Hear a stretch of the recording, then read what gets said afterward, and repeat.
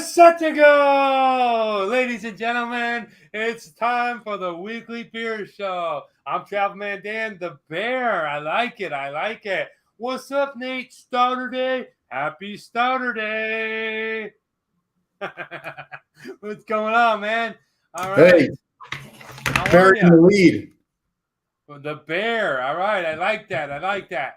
Ladies and gentlemen, people around the world, welcome to the weekly beer show. It's that time again, and today's show is going to be freaking awesome. We got some amazing beers to review. We got an amazing guest, and why don't I just triple down on the amazing? We got some amazing segments to do. Damien's here. Welcome to the show, Damien. If this is your first time here, thanks for stopping by and appreciate you joining us today. Let me tell you a little bit about what we do. We go ahead and review beers. That's why it's the weekly beer show. We got two beers today, and these two beers are coming from us from back east, kind of down south, the place that we used to live at. We're really excited to try these ones out. Then we got some great segments. Hey, two guys talking about beer. Welcome to the show, Chris. And we got some great segments like the good news. This one is going to be really artistically cool. Dave's TV. Welcome to the show. Awesome. Cheers to you. We got the show and tell segment. We're going to have some brewery tours, and we're going to round it out with what are you reading, what are you watching, all centered around with our guest today. And we're excited to bring them on. But Nate, if you're a returning guest, tell them what we got for you. Well, you guys know exactly what we do. We review two beers every weekend. Yes, two beers. And we get to the scorecard. It is a 5-tier system. We've got price, accessibility, design, taste, and of course the X factor, all to get to 25 points. We've got a couple of unicorns with Main Lunch, and there was one other in there. I forget, Danny. But we need to see if we can get another 25 out of 25. Does it happen today? I don't know. I think was Heady Topper up there. Heady Topper, I believe, for me was like a 24.5. Yeah, it was up there. It was my Main Lunch. I want to maybe Julius was up there. Was it the Julius? Smooth Seas, I know, was up there. Smooth Seas was, but the more that I think about going back on those great epic beers, and we talk about Love and Light from Copenhagen, Drunatic, welcome to the show. Nate, you know what it is, man? It's a lot of reverb about what people talk about. To be honest with you, because of all those beers that we just mentioned, how great they were and what we gave them as a score. I heard about the Heady Topper. I heard about the Treehouse and stuff like that. But to be honest with you, I feel like the most refreshing one, and if they were all lined up, the one that I would pick would be the Lunch. The Lunch, it was just crisp. It was that IPA. If you guys haven't tried it, it's out of Maine. Yes, Tenacious Freak is here. Welcome, OG. All right. Who else is here? He's an OG, man. All right, Brendan. All right. Welcome to the show, Brendan. Happy belated. No, it's not your birthday until August. Next month. Okay. Well, Nate, yeah, that's for me. Well, what about you? What'd you think of those three all-star powerhouse beers? Yeah, I loved all of them. And I agree with you. I love the Heady Topper because of the notoriety. And of course, it's just a great, great beer when you drink it. But there's something about, for me, that the Lunch from Maine Brewing just kind of, I prefer the West Coast IPA to the New England IPA. So when I get one at that high of a level, it's very intriguing to me. I'd like to compare it against Pliny the Elder, if we can possibly do that one day. We could possibly do it next week. If you are coming to California, I will take you there, and they will pour one on the draft for you. So, yeah, looking forward to that. But, Nate, we got a great show. We got some great beers. I'm excited because this is a place that, well, we've lived there before, and I'm talking about the state of North Carolina. North Carolina. But we kind of left North Carolina before the big boom and the big beer surge. So they've grown quite a bit, like every other city in the United States and around the world. They've got tons of breweries, and we're going to be trying out two breweries from that area. How excited are you about that, Nate? Hey, man, it's like, I don't know the last time I was down in North Carolina. I'm guessing it's got to be 2004, maybe 2002, probably.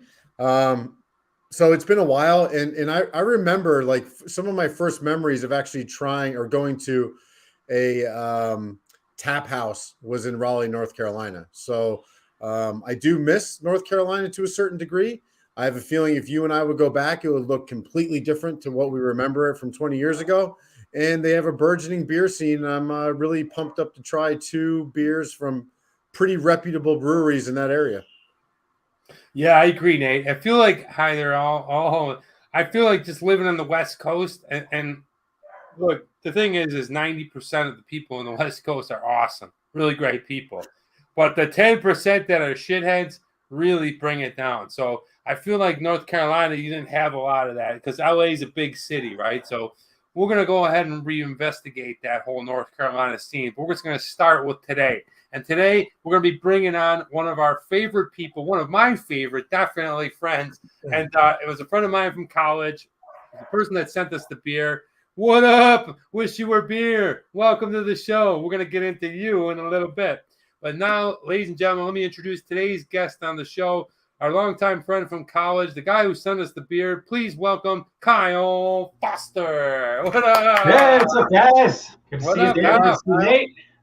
How you doing, buddy? Doing great. Glad to be on. What's going on, man? Yeah. Wow, it's crazy. I got you on the line here. That's great. Thank you. First of all, Kyle, thank you so much for sending us the beer. Yeah, man. Yeah. I'm excited to try them out. Yeah, so let's get right into it. So let's do the one that looks maybe the best score I'm ever going to give the design. Uh-oh. We'll see. I'm already alluding to it, guys. Let me go ahead and bring in today's first beer. This one I got. Now, Kyle sent us this, about a month ago, Kyle? Something like that, yeah. Yeah, it was a few months ago. I want to say it was for when you were here for your birthday, Danny. Okay, so yeah, about April, and literally, I got 2 cans of this from Nate. They sent over, and I put them in the front of my fridge. Just purposely, every time I open the fridge, I look at this thing. Literally, I think this character is staring at me and talking to me, and I absolutely love it. It's just so interesting. But I'm excited to try the beer itself. Please welcome today's first beer is from Crank Arm Brewing, and it is called Crunchy Bearings. Look at that. Boom. What a can. It's kind of trippy. It's, look at the bear's face, dude. That's who's looking at me. Every time I open the fridge, I see this face. It looks like he just ate like a quarter of shrooms or something. You better give me 2 rooms when I'm doing shrooms because I'm the first one up. Speaking of a little old Eminem, remember when Nate used to look like Eminem? Oh man! Yeah. When I had my. For those of you that don't know, thank God you don't know, but I used to have my hair was quite long and platinum blonde, and those are not my best days. That's for sure. It was hilarious. Yeah, Bubba, welcome Bubba? to the show. All right, so Nate, how strong is this beer? This one is 6.9%. It is a fruited sour. We'll get into some of the details when we go through the brew tour, but it's one of their. It is not a year-round offering from Crank Arm. This is a specialty beer that they brought in several months ago. So a fruited milk stout, 6.9%. It's going to be dark, but there's going to be some berry notes in here, which I'm quite interested in trying. Yeah, I was going to correct you, but you did it yourself because you originally said that it is a fruited sour, but no, it's milk stout. Yeah, it's a milk stout. And yes, really, Damien, he had like an M&M haircut, and it was a pretty. Kyle's laughing. We're gonna get into Kyle all show, so don't worry. But hey, guys, let's go ahead and crack it, sniff it, pour it, taste it, drink it, score it, have a fun time with it. All right, let's do it. What are you thinking, Nate? Definitely going to be chocolatey, maybe a bit of coffee, raspberries, blackberries. So this is, they've added some adjuncts in here. This is a fruited stout, so don't just expect the chocolate/coffee notes. It's going to be roasted, I would imagine, toasty to a certain level with a bunch of fruit added. So I'm curious to see what it tastes like. The nose, I can smell the fruit. Yeah, I'm not getting much of a nose of fruit. I'm getting not much of a nose of all, but hey, let's go ahead and pour it and see what it looks like. All righty. Oh my gosh. Of course, being a stout, you can see how dark it is. Dark. Look at the head on there. All right. Didn't get a full. That sweet sound of beers cans popping. You know it, buddy. Look at that sweet, sweet looking beer. Wow. Pizza boy. Look at Kyle's glass. I like that. What does your glass say, pal? Pizza Boy Brewing. Nice. All right, so it sure looks like a stout. It's got some good head to it. Let's go ahead. Let's cheers it, guys, and taste it. Yeah! Rocco! All right, guys. Cheers. Hey, again, thank you, Kyle. Appreciate you sending this out. We never would have been able to try this without you. All right, cheers, guys, and cheers to Rocco. Miss you tons, man.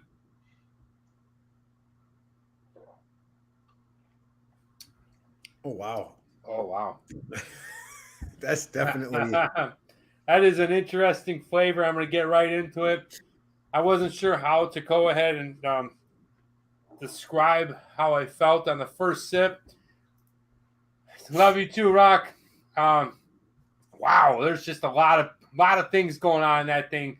I do taste the fruits right away. I don't know what fruit it is. It's just more of like a really, really sweet flavor. But then on the back end of the sip, I was tasting a creamy, milky, chocolatey stout flavor. So if that makes sense, it's like it's almost like a first and second quarter and a third and fourth quarter. There's a halftime in there somewhere down your throat. Nate, what do you think? Yeah, I mean, it kind of reminds me of a Black Forest cake a little bit. Some kind of berry kind of fruit laced in there with definitely a dominant chocolate flavor. But yeah, you're right. As soon as you taste it on the front of the palate, it's immediate fruit. And maybe you're probably right. I don't know if we can be so clear to say that it's blackberries and raspberries, but it's definitely got a flavor profile laced in there. And then the chocolate definitely comes out, and it is creamy. There's a creamy element to it. It tastes really nice on the palate. Yeah, Kyle, can you give us a little? I'm going to go to Damien real quick. Wow, good or wow, bad? Wow, I don't know. I'm going to say wow, I don't know. Kyle, what do you think? What's your first impression of the sip from Crank Out Brewing? Wow, different. It is not anything like I thought it would taste like, just from the description and the can. But yeah, I mean, it's chocolate and raspberry kind of bouncing off each other. You know, I like it.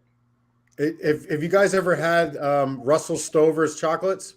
Oh, of course. All right. Well, they've got the ones that have the like raspberry like kind of creamy filling in it, or strawberry creamy filling. Yeah. That's what it tastes like. That's a good reference. Yeah. Yeah, it's almost like it's not Jell-O. It's a little harder. I think Brax Royals used a little bit of that, but they strung it out. Brax. Is that even around anymore? I don't know. Yeah, I don't know. Chocolate and raspberry. Yeah, Dave's TV's got a point. To me, that there's this weird movie candy, and I don't know what it is, but it comes in black and red, and it's got all these little hard like bubbles on it. I know what you mean. You know what I'm talking about? And like you bite into it, and it's a jelly, but the bubbles are like. It used to come in a box.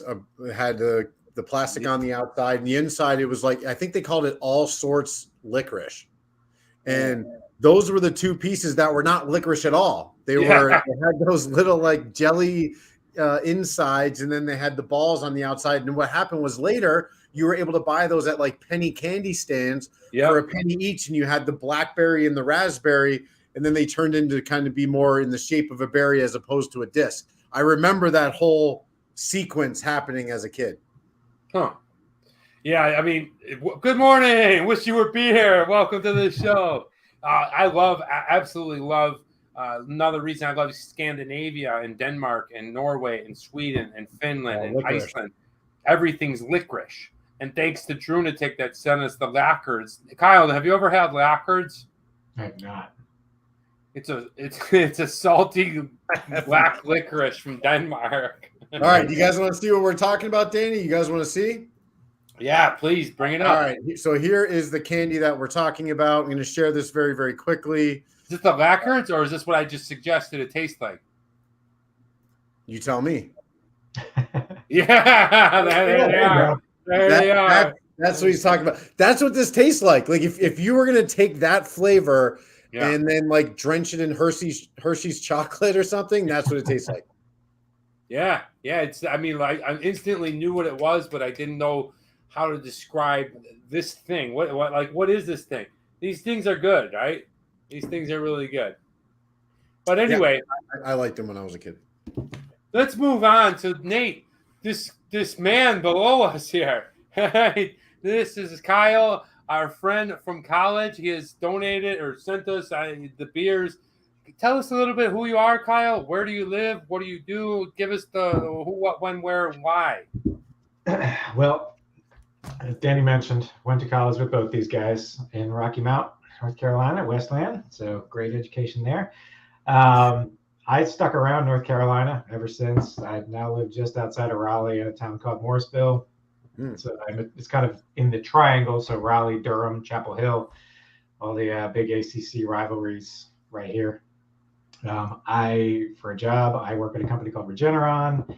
We make biologics. So we're in the pharmaceutical industry. And I do some tech stuff for them, and really work. I work from home. I live out in New York. Don't do much traveling out to New York, but yeah, that's it. Got 2 kids, 2 girls. Love them. Got a lovely wife. Living the American dream. You know how it goes.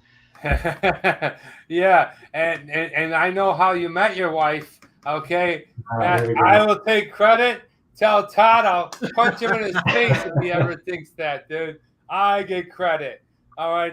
Let me take you back to me and Kyle worked at the same restaurant. Was it during college or after college? That was right after college. It was right after college.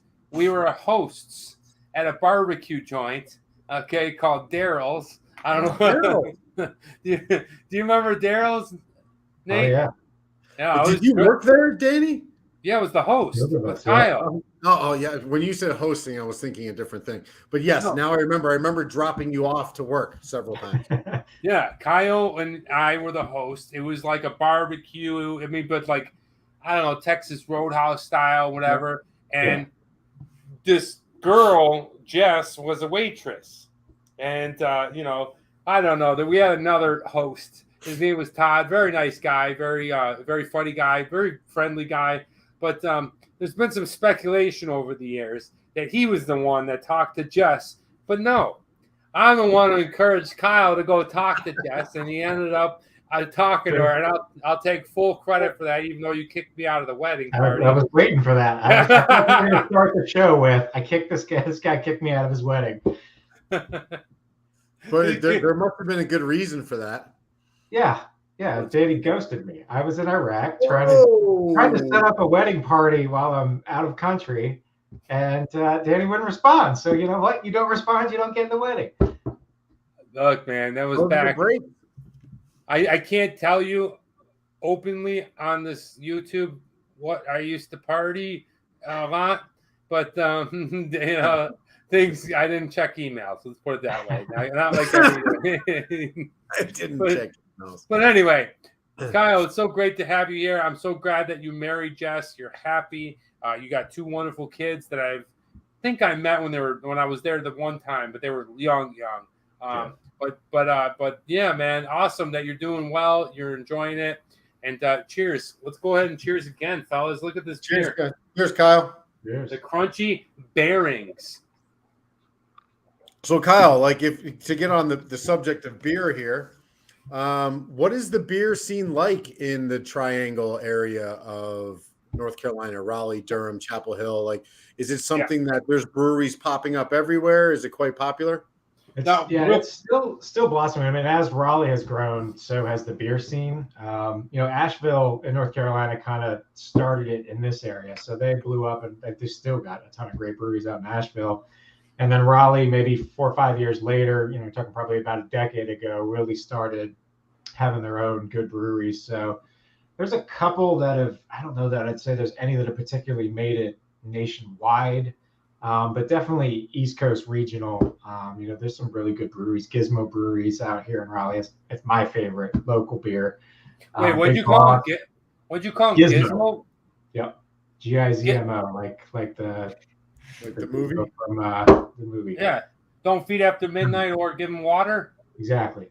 Wow. It's more like Gizmo, like thingamajig, as like what their logo looks like. Yeah, but yeah. They got some freaking great beers, man. There's some other good ones. Big Boss has some good beers out here. Craig Arm, obviously, that's what we're drinking right now. They've got some good beers. Trophy, they're pretty good. And Bavari Brewery is won quite a few medals. So yeah, there's some good ones here in Raleigh in the Triangle area. Now, when you hear Nate or Kyle or I refer to the Triangle, we're talking about Raleigh, Durham, Chapel Hill, Triangle area in the eastern part of North Carolina. Yeah, that's really cool because I think the only brewery that I remember, and it wasn't even a full brewery, was a place called Poorhouse. No, was it Poorhouse? What's the name? Poorhouse, Yeah, I remember that. Poorhouse. Yep. But the other place I'm thinking of was a tap room called Saucer, Flying Saucer. Oh, Flying Saucer, yeah. I got removed from there. That beer hall, yeah, man. We've had some good times in there. I remember you throwing stuff up on the ceiling and. Dude, yeah, that's when I got into a big scuffle with a huge party, and So let me tell you a little bit about this place called Flying Saucer. You would drink beers there, and if you drank all their taps, I think there was 117 taps. Sound about right, Kyle? Something around there. Yeah. If you drank them all, they would give you a saucer plate like that you eat on. Well, you couldn't drink them all in one night. You had to repeat it. You could only do like 2 or 3 a night. Two. I had figured out this beer called Old Speckled Hen. I reviewed it, and I thought it was the bee's knees, man, because it was stronger than anything that I've been drinking. And so we get slammed in there and sloshed, and like we're just drinking whatever. And it's a huge beer hall, saucers everywhere because everyone had completed this place. Ah, there it is. There it is. So what I would do is, if you could zoom in on one of those pictures, Nate, that would be great. And what I would do is I would mop up the bar with napkins, and the napkins would get real wet. And then I would launch them as high as I could in the full room bar, and they would stick to the saucers on the ceiling. Well, this was going on. We did it a few times, and then they weren't like glued on there, so they would dry a little bit, and then they would fall, and they would plop down on people. And they started plopping down on the party, and well, you can imagine what happened. It was a big sloppy brawl, and I remember I was young at the time, maybe, I don't know, 22, 23. And we go to, these guys charge us, and we're about to scrum it up with them. And me and this guy slipped on the floor at the same time. And we're on the ground punching each other. And it was just a slobber knocker. There it is, the Flying Saucer. If you're ever in Raleigh, North Carolina, check it out. I'm a lot older now. I won't be throwing tissues on the ceiling anymore. It was a fun event. Nobody got seriously injured. Yeah, that's all I remember of the Raleigh-Durham beer scene. Much has changed since then. Yeah. There's so many small craft breweries out here now that they're almost a dime a dozen, really. So some of them are better than others, anywhere you go. But there's some good ones. Yeah, I'm enjoying this crank arm. This is let's go back into the stout a little bit. It smells as Nate is really good at the nose, but what I smell here is a really creamy, almost like dark chocolate. I know it sounds kind of, oh, that's pretty easy, Danny. That's a layup. No, not really, because some of them are milk chocolate. This one is more of a dark chocolate. When you first open a dark chocolate candy bar. Yeah, there's definitely chocolate. There's even some coffee. You can pick up the coffee. Yeah. Very roasted, toasty. Kyle, do you have a favorite beer? Do you have like a favorite style, I'll say? Do you like an IPA? Do you like a West Coast, New England, like a stout? I generally stick to more reds and browns. Really? Not a huge stout fan, even though, obviously I sent you guys this to try out. My favorite beer is actually relatively local here. It's called Red Oak. They brew it, and I can't remember. It's like using the Bavarian 1472 something beer law. They don't use preservatives or anything, so they really can't ship it very far. But man, it's fantastic. Is it a Marzahn? Yes. Yeah, that's my beer. And Yeah, that's I mean, fun. Oktoberfest beers like that, that's right. That's up my alley. Yeah, me too, Kyle. Have you've been to Oktoberfest? I have not. I've been right before, but I have not been during Oktoberfest. It's Well, guys, one of those bucket list things, but Kyle, I'm your guy. And if you want to go next year, I'm trying to put together a crew. I know Nate is trying to go. We're all trying to go, but Marzans are my favorite beer. There's the Red Oak. This is Kyle's it? favorite Is that it, beer. Kyle? yeah, that's it, dude. They just built this this beer hall, which is beautiful, man. It's fantastic. That's in North Carolina. Yeah, it's about 40 minutes or so from here in Raleigh. Yeah, look at these pictures. It looks super cool. It's funny that we gravitate towards the red beer because I never liked Red Wolf or Red Dog, if you remember those beers back in the 90s. But the Marzan to me tastes like it's got like a meaty kind of flavor, if you will. It's got like a meal, right? When you drink this Marzan, it just feels like just like a mealy beer. Here's the Marzan right here, Old Oak. Yeah, that's a good one. Where is it, Nate? It's right here on the top right, the one that's Old Oak. Yeah, see that thing. Marzan. Yeah, that just, man. Wait, where is it? Old Oak. I see Big Old Oak. Oak, right there, the one that's got on the top right. Oh, but there's no picture of the beer. Right. Well, there is, but I don't know. There you go. Oh, okay. Oh, there she is. Look at that thing. All right, that looks good. I was just drinking the Hummingbird. That's a good one.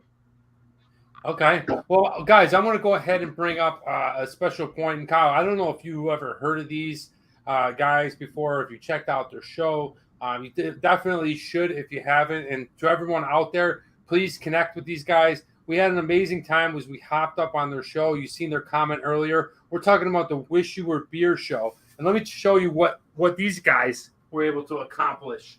And this is pretty awesome. I'm really excited and proud of these guys. This is their beer that they made. Okay, they had a collaboration with, and this collaboration came from the Virginia Beer Company. So the Virginia Beer Company. Now, Kyle's originally from Virginia. I don't know if you've tried this beer before, but there it is. Check it out. This is their Dortmunder. I hardly know her. Yeah, it's a good beer, man. I enjoyed it. It's a lager it's called a Dortmunder because that's where it was created, Dortmunder, Germany. So it's kind of got that very crisp, light, refreshing kind of profile. It's going to be more like a Helles style lager. Very, very clean, light corn maize color. I enjoyed it. I thought it was a good beer. Yeah, it was a great beer, Nate. It almost gave you that nice Pilsner taste and refreshing flavor, but also like had that mealy Marzan in there. Rick Fontana, welcome to the show. Look who it is. Rick went to school with Kyle and at North Carolina Beer. Hello, TMD crew. Welcome, Rick. Rick might be in your fraternity, right, Kyle? No, he was the other fraternity. Oh, the other. Oh, I don't want to start it. Don't want to that. start. Yeah, this is good beer. It's interesting. It's growing on me. Yeah, one thing I'm interested about like stouts is the temperature. And we oftentimes talk the better one.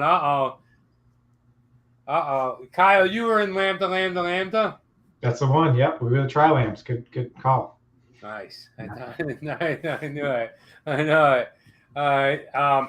So yeah, the one thing about temperature is, especially with a stout, when you have like these really rich flavors, sometimes it's a little better to go ahead and let it sit at room temperature for a little bit rather than ice cold. I don't know. That's always been a point of discussion for me. I definitely noticed a change in the beer throughout it. This one is delicious. If you're just hopping on like Patrick, it is called Crunchy Bearings, and it is here with us from Arm Crank. There we go. Got to get in front of the lens. I got to do what Natalie does. Natalie does this weird thing like this. Yeah, and that's why she does it. Now it blocks my face, okay? My face is ugly, and it gets in the way. All right, but welcome, everybody. This beer, we're rolling along. We're having a good time. Kyle Foster's here for our friend from college. He's the one that gave us these beers. Nate, let's go on a little brew tour of Arm Crank. Crank Arm. So you guys can check out. I would imagine this has to do with a bike crank. It does. Yeah. Okay. Oh, I thought it was Yeah, an so arm crank. they still, even now, they've been around for at least a decade here in downtown Raleigh. And yeah, they still have like a biking and beer thing that they do pretty much weekly where people go biking around and then they end up at Crank Arm and have a couple beers. They got bicycles hanging on the walls and stuff like that. So And I there's always a definitely put the bicycle wrong information down here at the bottom. Sorry Yeah. about Notice that, guys. It's not Wiseman Brewing. We'll be talking about them later. Notice the bear is driving a bike. There you go. So they're based out of Raleigh, North Carolina, where Kyle currently is. Pretty big metropolis there, or a growing one. I remember back in the early 2000s, it was probably, I don't know, 900,000, 1 million people, maybe at most. I have no idea what it is now. Probably triple in size at this point. Today's beer, Crunchy Bearings. It is a milk stout, 6.9%. The untapped ratings, 509,000 is incorrect. What the hell happened with this slide? I think I brought the wrong one into the studio here. But here you can see 509 ratings, not 509,000, which is a big difference. But the scores here are pretty good, 3.91. Nice picture of the beer on the right. Crank Arm Brewing Company. Crank Arm is a fun brewery with an impressive rotating selection, focused mainly on American styles. They're also not afraid to experiment with new flavors and brewing techniques. One of their best beers is called Holy Spokes, a smoked porter with cinnamon, habanero peppers, vanilla bean, and cocoa nibs. Kyle, have you tried that beer? I have. Is it I good? didn't necessarily like it, but it's also not my style of beer. So Sure. I'll admit that. Nailing a spicy beer challenge. A spicy beer is a challenge, but Crank Arm deliver with this culinary blend of comforting flavors. Habanero heat is balanced with smooth vanilla and chocolate notes with a subtle cinnamon spice that rounds out the beer, a true standout in an already solid lineup of great tasting beer. So they're willing to extend themselves. They're willing to think outside the box to bring new flavors into beer. I like it when chilies are brought into beers. I think it brings a nice element to it. And the fact that they smoked it is even more interesting. I would definitely want to try that beer. Travel Man Dan, what about you? First, I want to ask Kyle, when is the last time you took your shirt off and did a little Petey Pablo? North Carolina. You know what I mean? He came into Daryl's one time, Danny. What's that? He came into Daryl's one time. I think I was there, or I for some reason I kind of remember Petey Pablo, but yeah, smacked Jess on the ass while she was serving him. So he was a great guy. All right, well, hell yeah, and I'm the one who introduced you to Jess. So here we go. Crank Brewing, great product so far. As far as the habanero and the pepper in the beer, Nate, I love it, man.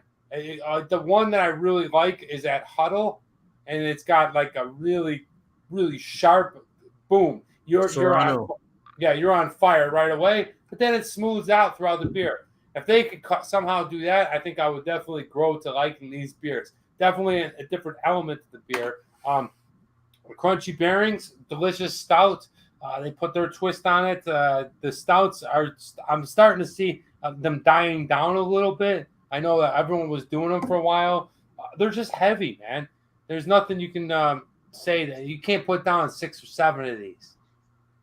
Yeah, I mean, and it's all season based on season as well. A lot of people, I'm okay drinking a stout during the summer, but a lot of people do not want that. They'd rather a Gosa or a Helles or a Pilsner, sours, that kind of thing, just to kind of clear the palate and be a little bit light. But yeah, so it's certainly not perfect for the summertime, but I don't know. I'm enjoying this one. So there you can take a look. They're based out of Raleigh, North Carolina. As Kyle was talking about before, people taking their bikes there. I like that little niche. I think it's interesting. Remember our little our fixie bikes in China? Oh yeah, that was fun. We were riding those streets with that many buses and cars buzzing by you. Yeah, that was even in Foshan, but still had 5 million people in it. 8. Here we go. So just wanted to share some food. I really like their design work. They're very, I don't know what type of art that is right there. Danny might know better than me, but it's very, very bright, very loud. And I think that's part of their style. Even this right here, it might not be as loud, but very bright, very kind of rich colors. I like that. And last slide here, just a couple of girls sharing some pretty interesting beers, and they obviously offer flights as a brewery. So I don't know. I think it's a cool brewery. I'm glad that Kyle sent this to us. I never would have heard of them otherwise. We get an opportunity to kind of promote some of these independent brewers from across the country, and they look like they got a cool spot.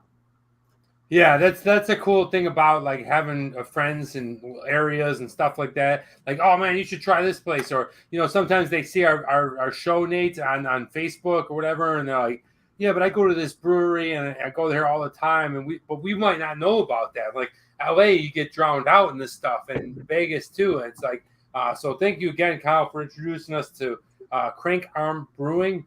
It looks like a fun place. If I'm ever in North Carolina, which I am hoping to go back next year. I really need to go back. I know that they do a homecoming game type thing. So hopefully next spring I'll be able to swing by there. Maybe we'll go to Crank Arm, but this is what we're drinking. If you're just stopping by, it's called the Crunchy Bearings. It's a delicious milk stout, a fruity milk stout. Look at that. Cool as hell label. I love their artwork. And, well, let's keep the show rolling. Let's get into what I did last night. I did something last night that I haven't done in a very long time, fellas, and you guys maybe can elaborate on what I did. Since the pandemic, I haven't stepped foot into a movie theater. So yesterday, I was stressed out from work. I just had a stressful week. I said, you know what, man? I'm going to do a double feature. I'm going to go see two movies that I need to definitely see. It's two of my favorite franchises. I guess it's a franchise now, the second movie. But definitely the one is my favorite top 5 franchise, and that's Jurassic Park. So I went and saw the Jurassic Park movie, walked outside, got a cup of coffee, went right back in and watched Top Gun. It was friggin' awesome, man. Have you guys seen these movies? I saw Top Gun. It was good. It was basically a remake of the original, but man, it was really entertaining. Yeah. And Yes. Nate, have you seen anything? The Jurassic Park ones are kind of getting stale for me, but I did see Top Gun in the theater. It's a theater movie. Super exciting. And it's a remake of the first one, but I'm okay with that. Like the updated fight scenes or jet fighter scenes, like they blew me away. I was on the edge of my seat the entire time. The storyline was just action movie storyline. It didn't get too nuanced, too creative. They didn't do anything too crazy. They just wanted to stick to an action plot. That's what we got. An entertaining movie, high octane fun. I loved it. Yeah. Yeah, and I'm going to comment a little bit on both. First, let's go to Jurassic Park. Look, I know it's been done. Like, this one, ads are way too long. I agree with you, Rick. 100%. After sitting through 2 movies, you're watching Nuvi ads for, like, ever. But for me, Jurassic Park was exactly the same movie. But that's what I like about it. I like the dinosaurs. The CGI of it now is so much more advanced. Literally, Jurassic Park has the same... All right, say this is the actor. They have the same thing going on in every movie. Okay, actor runs, the dinosaur gets this close to their face,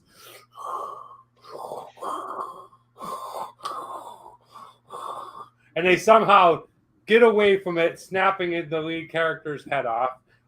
There's always the one scene where they're running from the dinosaur, and we'll use this, and all of a sudden the dinosaur's here and the platform breaks.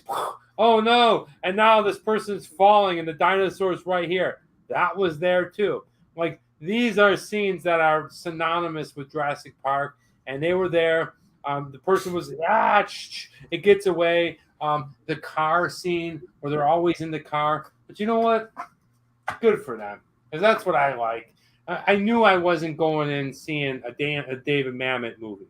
I knew that I wasn't going to see this in the Oscars. It's just Jurassic Park. I love it for the dinosaurs. I love the acting in it. I love the quirky little one-line whips. And then moving on to Top Gun. Look, the thing about Top Gun, the best part about it was the opening scene where they let the scene develop in the audience's mind. They play the music. They show the people flagging down the planes, and like they play that intro. And the shots were longer. Okay, what's up with the no long shots these days? I love when they frame in and they kind of show the picture a little bit. Back when movies were done in the 80s and 90s, now it's like boom, boom, boom. Give you this, give you this, give you this, give you this. The fight scenes are amazing, Nate.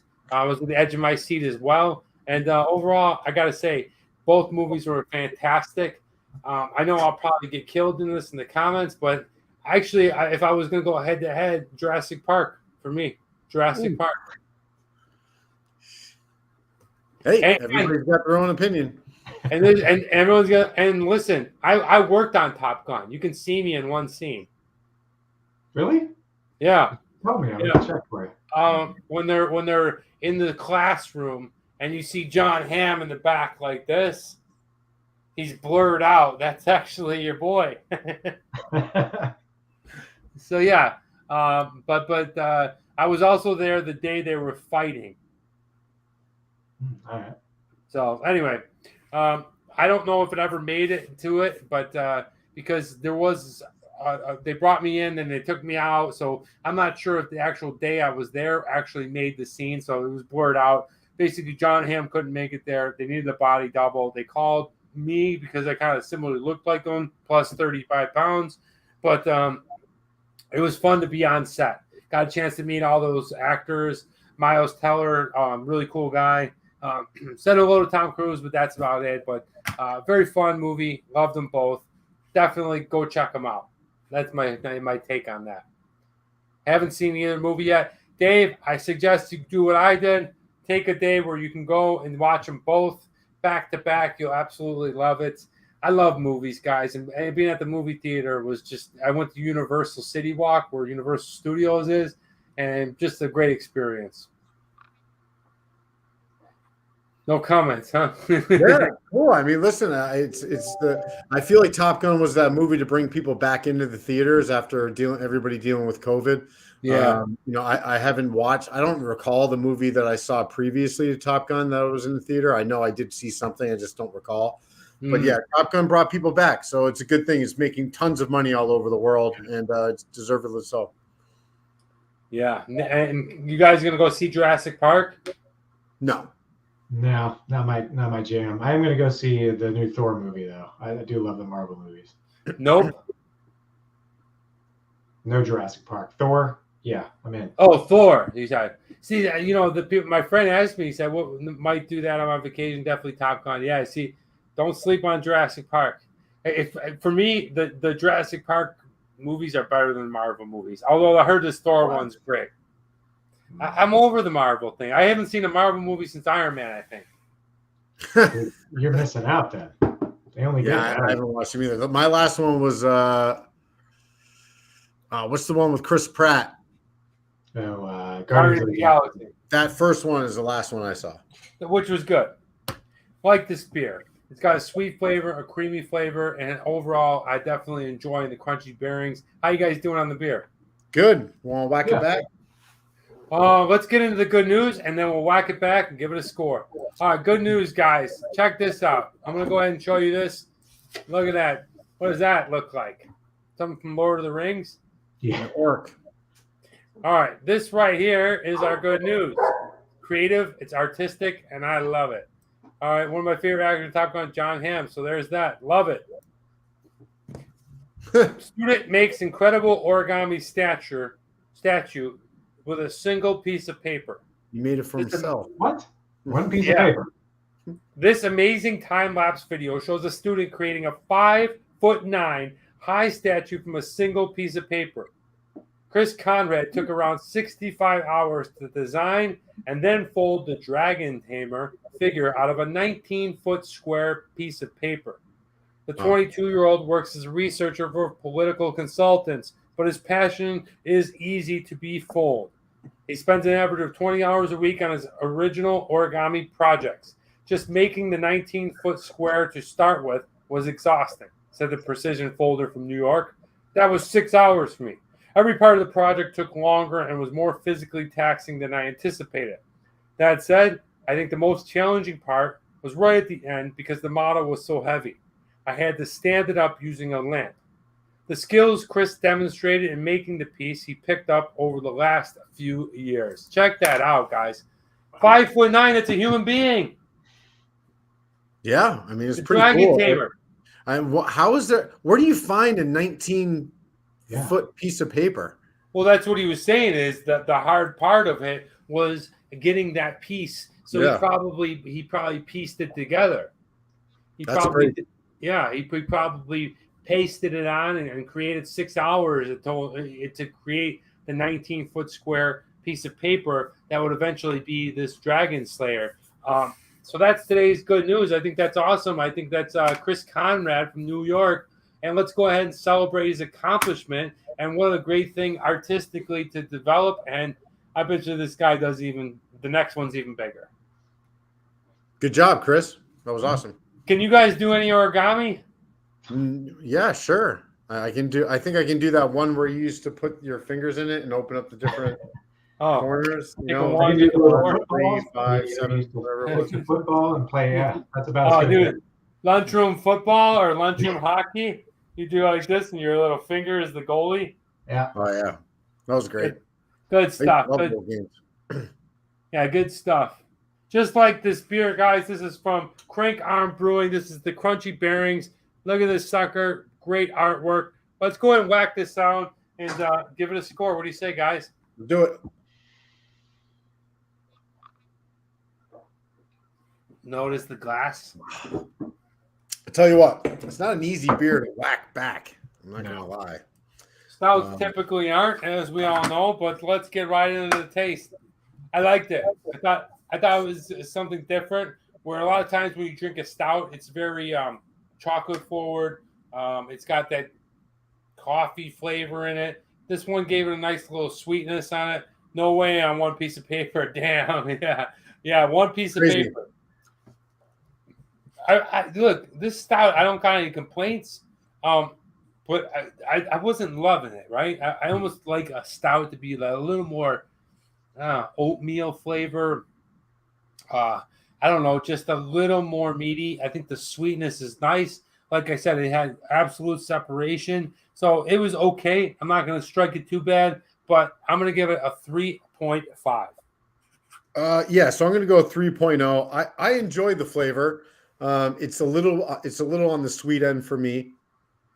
And I also do prefer, I do kind of like the old Rasputin style of stouts where it's basically going to just be chocolate and coffee, to lean on the chocolate or brown barley and malt that they use. So this, I appreciate the lower ABV, so it's a little bit more crushable than a 13% stout might be. So I appreciate that. The drinkability of it is pretty cool. I don't know. For me, it's a 3.0 on taste. I like it. I don't love it. Would I drink it again? I would definitely drink it there in the tap room and try it out of the tap. But yeah, this is one of those where I drink it one time, be happy I tried it, and probably move on. Yeah, it's interesting that you said that, Nate, because we've oftentimes talked about stouts, and the best way the stout is when it's only the one thing. Kyle, what did you think of the taste? So I've gone with a 3.5. I'm not a huge stout guy. I don't like coffee flavored anything, so any coffee flavored stouts always kill me. Yeah. I think it's pretty drinkable, for a summerish beer, because it's got that fruity notes that kind of makes it go down a little bit smoother. So 3.5, I think, is good. For me, it's a good stout. Yeah. All right, let's go to the price. Look, this price was naturally a 5 because it was given to me, but I don't know how much this beer cost. Nate, can you chime in? Kyle, can you tell us how much you paid for this? I'm trying to remember because it's been a while, but I think both of these beers were right around the $15 mark for a 4-pack. For a 4-pack, right? Not bad at all. Yeah. Yeah, not bad at all. Let's give them right in the middle of something around $3.75 a can, because if it was, I think that's right where it should be. It's 6.9%, so it's a strong beer. It's something different. I think it's worth it. I think that's not a bad price. It's not an excellent price, but not a bad price. Right where it should be, 3.5 for me. Yeah, so I'm going to go 5.0. Kyle sent it to us. We didn't pay for it. Even the price itself, getting such a unique beer from across the country, even if we were to pay $3.75 a can, I think it's still a home run. But the fact Kyle sent it to us, we didn't have to pay. For me, it's a 5.0. I'm going to go a 4. I'm a cheap bastard, so I usually don't buy super expensive beers, and this was kind of right in my price range. Oh, yeah. So good. I got to disagree. I don't think you're cheap at all. But I don't know. You've had a family since I've hung out with you daily. So maybe you turned cheap. All right. So going with the design, it's a no-brainer. I had this guy in my fridge for weeks and weeks and weeks. I love this face. It's just really great. I love the color. One thing I will say is what I'm seeing on the design of this thing isn't perpetrating what's coming out of the can. I feel like this should be a sour. I feel like this should be a fun, cool, light beer, but it's not. It's a dark beer. It does have a story. I'm not sure if Nate's going to go ahead and get into that and read it. I think that's cool. But overall, I love this. I love this can. I'm giving it a 5.0. What the hell? Yeah, I mean, it's not particularly my style. I am leaning more towards the subtle classic style these days, like a lunch kind of option. I prefer the beautiful kind of simplicity of that. But this is cool, right? They do tell the story very quickly. I'll read it. After a long time on tough trails, your wheel bearings can get super crunchy. But fear not, these crunchy bearings won't let you down. This oatmeal stout with Madagascar vanilla, raspberry, and blackberry is silky smooth. The aroma is very berry forward. The flavor starts with chocolate notes and finishes with the berries as well. We all know I'm a sucker for a story. They put the ABV. It's nice and large here in text. They've got this great kind of it's neon. Like I would imagine, I want to know what this looks like under a black light. Like this looks like something that will glow in the dark. So I like that. So for me, I'm going to go 4.5. They did a really good job. Nice. Kyle? I'm going to go 4.5. I buy most of my wines and any beers that, I always go brewery first. So if I know the brewery's good, I'll buy whatever. But if I don't know anything about the beer, I buy the looks of the cans. Right. And Stoner Blue really sold me. I liked them on the bike. So 4.5. Nice. Very good. Very good score. Accessibility, unfortunately, this is not only a limited beer, but it's only in the North Carolina region. We were able to get this because Kyle sent it to us. I've never heard of this brewery, so it's probably a smaller brewery, which is fine, which I like, actually. That's going to fall into more of the TMD factor. But for accessibility, you're not going to be able to get this beer in El Salvador. You're not going to be able to find it anywhere in Spain. You probably can't find it in Toronto. So unfortunately, I'm going to strike them and give it a 2.0.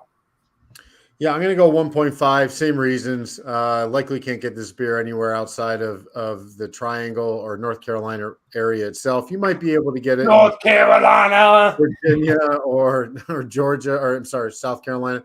But yeah, I mean, listen, that's what happens with these independent brewers. But the fact that we're able to give them some promotion and talk about them, I'm super excited about that. I enjoy talking about independent breweries more than I do the regional or large macro style. So again, thank you for Kyle to send this. 1.5 on the accessibility. Yeah, and 2-wise, I haven't really seen much of Crank Arms beers outside of the Triangle area. They are local and small, but they do have good stuff. So I give them a 2. Nice. All right, TMD X Factor, simply said 5.0. Not even going to contest that. Kyle's here. Giggles is not. Definitely love that. This beer is great, guys. Kidding, Giggles. Kidding. Ha, ha, ha. All right, so the Crunchy Bearings is amazing beer. It's sent to me. I love all what's going on here. I love that they have they show a different interest, and I like this about people in general. They have an interest in biking, and they have an interest in going out on the bike, and they created the brewery because they were bikers. So I think that's really cool. 5.0, got Kyle here on the show. He sent it to us. Not even going to argue that. Same with me, 5.0. Thank you to Kyle again. I like that this, they tried something different. They definitely put a lot of thought and energy into the style and the can. They tell us a story. The beer itself, it's interesting. It's different. I haven't really had a beer that's quite this berry forward in a stout form. So I appreciate that. They took a swing. Regardless if you think they hit it out of the park or not, that's up to your personal preference. I appreciate it. So for me, again, thank you, Kyle, 5.0. Nice. I'm going to stick with you guys and go 5.0. I've been to Crank Arm at least a dozen times over the years. Like they have always great crowd there.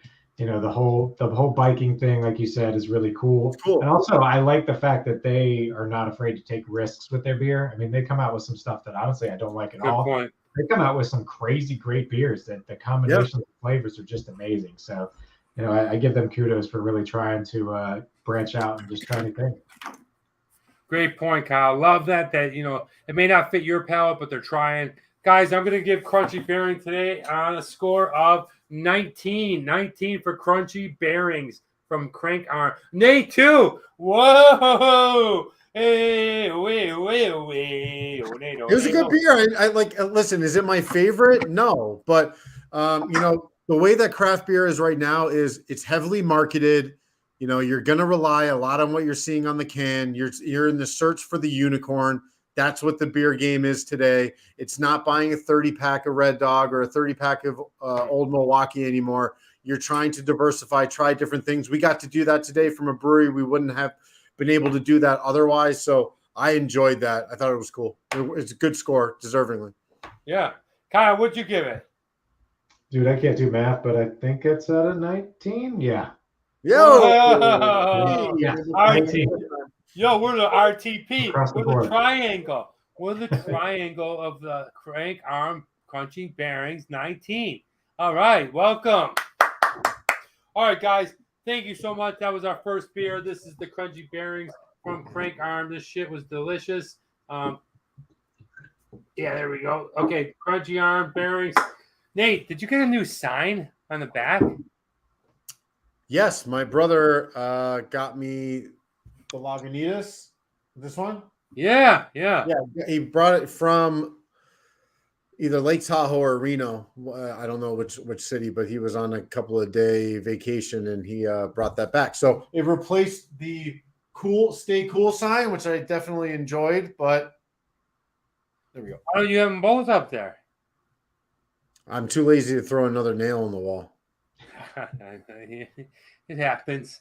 Well, look, why don't you and Kyle squabble a little bit? I gotta go. Haro from India. I'm gonna use the restroom. We'll be back in a minute with beer number 2. All righty. Well, guys, I wanted to share just quickly. I was looking at, kind of wanted to see what people were drinking in the beer community across the country in 2022. So I thought this was kind of an interesting article. 10 best craft breweries our readers love. This is from Travel Awaits, a blog, and written by Clayton McKibben. So thank you, Clayton, for that. Right here we start. It's Pal's Brewing Company, which is the winner. They thought it was the best craft brewery that they visited and the best craft brewery for 2022. Here you go. You can see a picture of their beer right there. What a beautiful color that beer is. Number 2, so I actually wanted to kind of highlight this, brews to choose from. The first one there, jalapeno cream. Kyle, do you think you'd like a jalapeno cream ale? I'm going to say, I mean, I'm not a spicy guy, but, you know, the jalapeno and then the cream following, it might not bad. It might work. Right? It could be like a bagel with like a jalapeno bagel with cream cheese or something. But yeah, I would definitely like that. I do prefer spicy stuff. Explosive raspberry a wheat fermented with raspberries. That's cool. We got a raspberry forward beer right here. Next one is Guadalupe Brewing from New Braunfels, Texas. I've never even heard of that town, but they've got a couple of interesting options. They've got a Musbach Doppelbock. Danny is a huge Doppelbock fan, much like myself. There is a, I want to say it's from Ayer Brewery, and it's called Celebrator. If you can ever get your hands on that Doppelbock meaning a little bit of a higher elevated kind of festival type beer. At least that's how I see it in Germany. Kyle, have you ever had a Doppelbock? I have. I like them. They're good. Yeah, they're pretty good. It's because you did say you like the red and the brown ales. I feel like that kind of falls into that arena of that Charlie Brown ale, kind of calling my name. Exactly. All right, Travelman Dan is back. You know, my name is Petey Pablo. North Carolina. All right. Welcome back. Me. All right. We got a fun show. Hope you guys are hanging with us. It's time to get into the second one Hello, Barrow, OG Barrow. And now I want to go ahead and bring you, before we get the second beer, I want to talk about the show and tell. And I've already been showing and talking and telling about it. I don't know if you guys realized it or not, but maybe you can let me know in the comments. Sorry. way back from the bathroom, I grabbed a handful of Bombay mix. Ooh, spicy. All right. I don't know if you guys noticed, but I'm a lot clearer, or the image is different. Today I'm showing off the new lens. I have a new Sigma lens, a 1.4. It is awesome. I hope that you guys noticed. That is what I'm showing you today. Little by little, 1% better each show. This was my 1% this week, was to go ahead and upgrade my equipment a little bit. That's good. This isn't something that happens overnight. It's little by little. I've been doing this show almost 3 years now. So when I first started, I would do it on this. This was my phone, and I would put it up there, and that's how I did it. But now I have a new lens, so hopefully you guys have noticed the difference. The big difference is, of course, the autofocus. When I pull in, it pulls in right away and gets on it and blurs out the back. I absolutely love that. Love this new lens. Hopefully this is making the channel 1% better, the show better. But that's today's show and tell. Hope you guys liked it. Loved it. Nate, when I first put it on, I didn't say anything. You noticed it right away, right? Yeah, I mean, it's a high quality lens. You can see you're just a tad clearer, and really where I think you're going to see the value is when you use the autofocus. It seems to be working better for you than the previous one. Yeah, it didn't pick it up as much, but anyway, doesn't matter. We're here. That's today's show and tell. We got Kyle Foster down, our friend from college. Welcome, Kyle. Yeah. Now it's time to get into the second beer that you sent us, you amazing man here. This one comes from Wise Man Brewing, and it's called Body Electric. Let's boom it in. That is a cool can. Let me rotate this thing. Look at that guy. Oh, look out. All right. Look at that guy. Is right. All right. A couple of things that we're going to bring up on this. Kyle, why don't you tell us how strong this beer is? It is 7.5%. Nate, what kind of beer is this? So this is a New England style double IPA at 7.5%, like Kyle just said. So that's kind of on the cusp of what you would expect a double IPA to be. You can even throw this into the single IPA category, but it's going to be hazy. It's probably going to be juice forward. It's going to have that New England style King Julius kind of consistency, cloudy, unfiltered, not going to be able to see through it. A bit boozy is my guess. And yeah, this one's pretty cool. I'm excited to try it. I am too. Although I prefer a more of a West Coast IPA. Let's go ahead and crack it open, see what it smells like, and taste it, and all that good stuff. Here we go. Wise Man Brewing, Body Electric. Remember Hayward Jeffries when he would score? Dave's TV just says, now we're talking my beer type IPAs. I think it's a lot of people's beer type right now. Kyle, would you say the majority of the offerings you see from the local breweries are IPA forward? IPA forward, definitely here. Really like the Gozes and the sours have kind of started making a push, but IPAs are definitely what's going. Yeah, pretty standard across the board. Like they're trying to differentiate as much as they can, and people aren't reacting as fervishly as they are for the IPAs. So they might try different things, but when it comes to the standard beer offerings that they have, it's going to be IPA centric pretty much across the country at this point. I'm having a little malfunction on the can, but I'm in. All right. Wow. Juicy. Who's in the house? Right here at Half Trolling. Petey Pablo in the house of North Carolina. Come on, Kyle, get it going. TMD fam. I'm not taking my shirt off. I don't need to embarrass myself today with the dad bod. It happens. All right, well, here it is. This is from Wise Man Brewing, the Body Electric. All right. Oh, there it is. That's the color I was expecting. Looks like grapefruit juice. Smells like grapefruit juice. Look at the head on this one. Yeah, she gives great head, this one. Dude, this is PG. What? Look at that. So a ton of head on this one, but Oh. that's on me. I'm not great at pouring into this glass. But a super citrus on the nose, Danny. You picking that up? Oh, big time, Nate. Big time. Waffling in. I feel like I'm walking through the grapefruit aisle in a Chinese wet market. Yeah. Kyle, what do you think? Yeah, definitely a little citrusy coming off there. I might have to cut through that foam. Look at this. Oh, yeah. I'm excited to do that. Let's Carlos Z. Yes. Carlos C. What up? All right, guys. Well, let's go ahead and whack it down and give it a try. Whack it down. Cheers. Remember, you Cheers. said PG. Paul George.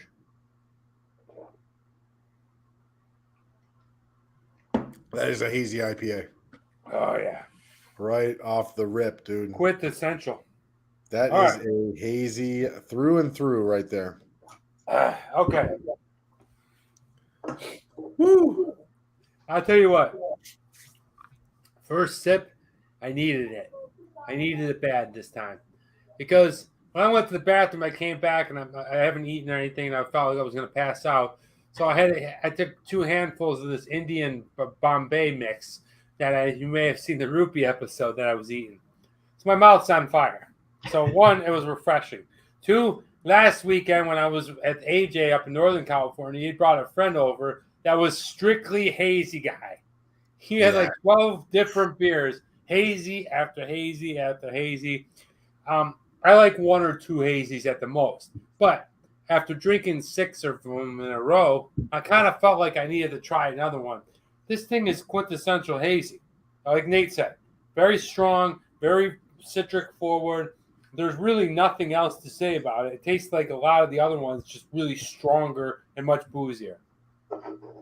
Yeah, it's definitely you can taste the booze in it. At 7.5%, this is not masking that at all. You know, a lot of times you'll get some of these clean, hazy IPAs, the ones that are done at a really high level, they're 7.8, 7.9%, but they taste like a Sierra Nevada. You know, like they're super easy to drink. They're really approachable. This has got a very heavy palate, which is part of what people like about the haze craze. They like to have that really juicy front of the palate combined with a bitter rosemary, piney style kind of back of the palate. And I think that this does a good job doing that. Kyle, what about you? What's your first impression of the Wise Man Body Electric? So, I mean, it is a typical hazy. There's nothing particularly unique about it. You know, it's got, you know, your citrusy notes. It's got a good heavy mouthfeel. It's good. Yeah. I mean, this is the thing about the beer. What I was referring to before is like you're always on the search for something interesting, and when you look at the can or the bottling or the packaging, it will change your opinion on a beer. 100%.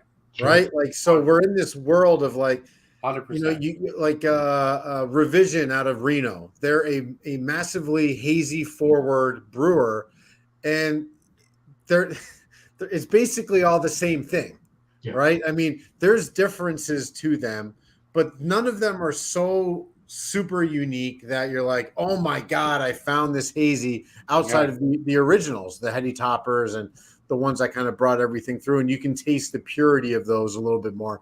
But it's about chasing unicorns. It's about finding things that it's so impactful to you that you would go back and buy a couple of 4-packs and not just be like, yeah, I tried it and never have it again. Yeah, one thing I will say right away is how strong this beer is. 7.5%. Yeah. That's a strong beer. That's definitely a strong beer. The second thing, listen, I would love nothing more than if I opened up a can of beer and lasers and robots came flying out.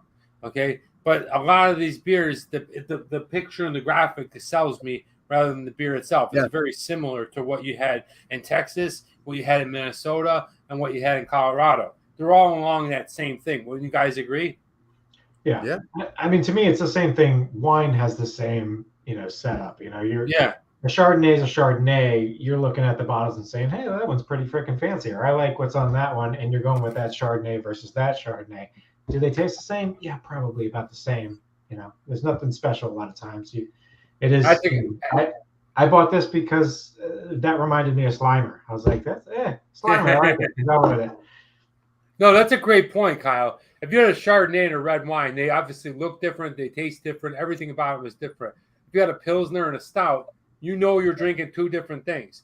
But when you're in that same aspect of like hazies and we can drive 15 stouts today. They're probably all similar, right? But the minute that you switch it up to a different style, that's where the difference is. Now, well, I mean, I think that's why we're able to have a beer channel is because there's a nuance there for people that might be getting themselves into stouts for the first time. They might not be able to differentiate or understand the difference between a fruited milk stout versus an imperial standard Russian stout, right? There's differences there, but that's why we have a show is because we're able to kind of understand the nuance and the differences. And to some people, those differences are so negligible. They're so small that they don't care. And so what they'll look at is what looks cool, which is also part of it. That's okay. But it's not always about the flavor. No. But nevertheless, it's a good beer. I'm enjoying it. And let's go ahead and get into a little brewery tour of Wise Man Brewing. I'd also like to say hello to Xi Jinping. Yeah, Xi Jinping. Like the leaders, the people enjoy a strong beer. Good to have you here. Ni hao, da da hao. Ni hao, ni hao. 现在好了吗？那我们开始吧。All right. So, Wise Man Brewing. You can check out their credentials. I did this one correctly. Thank you, Nate, for actually doing your job. So you can see here, you can go to their website, wisemanbrewing.com, Instagram, Wiseman Beer, Twitter, Wiseman Beer. They are located also in North Carolina. This is a North Carolina episode, thanks to Kyle, who lives in Raleigh. North Carolina is a little bit west in Winston-Salem. What's the university in Winston-Salem, Kyle? Wake Forest, I think is Wake out there. Forest Demon Deacons, Tim Duncan's alma mater. So there you can see in red for those of you that live outside of the country and don't completely understand American geography with the 50 states. Today's beer is Body Electric. It is a double New England IPA at 7.5%. 8.6 thousand check-ins at a score of 3.99. That's a good solid score with that amount of check-ins. Sure is. Is that Giggles? Go ahead. Is that Giggles? It looks like it. Look like him. Oh my god. Oh my gosh. That's not Giggles. Told you he'd be on the show today. Wow, looks just like him. If he had the hair. Yeah. No, Giggles has no hair like that guy. Well, no, I'm saying he used to have the. I haven't seen Giggles in 20 years. I don't know what he looks like. That's what he looks like. This guy. That's pretty close, actually. His teeth are a little longer. So the story of Wise Man Brewing. This guy must be a pretty important person. It all began in 2005 in a kitchen. Sam, a PhD chemist by day, bought himself a home brew kit. I've done that. And started experimenting. The only rules were have fun, make something tasty, and clean up afterward. As he got deeper into the hobby, Sam started bringing his brew to social events to share with friends and soon developed a reputation as an accomplished brewer. Hold on a minute. Can you guys, I got to go back. Nate, can you please read that? The only rules, starting with there. Read it slowly and listen to it yourself, too, as you read. The only rules were to have fun, make something tasty, and clean up afterward. Do it, brother. Do it. Do it. After entering competitions and collecting some hardware, friends began to ask Sam when he would open his own brewery. Imagination began to take flight. He shared his idea with friends Jason and Mike. I would imagine those are the guys right there in the picture. And together with their families, they decided to take a leap. I love the fact that it's a friendship that started this thing. They got their families involved. They're elevating everybody around them by promoting something as cool as beer. Big fan of that storyline. Since that moment, the team has labored hard to bring the dream to reality. The first task was finding a home. They fell in love with the former Angelo Brothers building in downtown Winston-Salem. the 90-year-old structure had been sitting vacant for about a decade and was in dire need of repair. Cool. Construction began in October 2015 by replacing the roof. Our quirky home has thrown many challenges at us during the long renovation. Along the way, we took the time and effort to retain the existing character while also breathing new life into the space. After many months of construction, we finally opened our doors on January 28th, 2017. So that tells you a little bit of the storyline, the story arc that they have, the fact that this is a family and friend-run operation. That means a lot to me. That's what you want to see in a community like this. Go drink local, buy local if you can. You're supporting other families and friends within your community. It's a big deal. You can see their vats in here in their actual brew house. Cool, There's man. a picture Love of it. their brewery. I love that old building. I like the fact that breweries go in, they renovate these places. They're uplifting the community around them. Again, another picture of their brewery, another beer option that they have, or offering tropical shirts. I like their style of design. They seem pretty cool. consistent. It's pretty cool. And there's some more pictures of their brewery. I like this kind of eclectic looking. It's a little bit off the rails. I like that. It's pretty cool. So that's it. That's Wise Man Brewing, Winston-Salem, North Carolina. What do you guys think? I love it, man. I think it's really interesting to see. I think I'm going to just remove this so I can look at you guys. I think one of the coolest things is, like, me and Nate often talked out Kyle off air. You know what I mean? This guy is Nate. Except for Nate's got a bit more hair. But this guy's Nate, man. You start just brewing it and bringing it around and going to local things and putting it up there. It's the courage that this guy had to just continue. Just, you know what? I'm done with one batch. I'm going to fucking do another one. I'm going to do another one. I'm going to do another one. You know what? Now with these ones, I'm going to go and give them to this guy. I'm going to give them to this guy. I'm going to give it to him.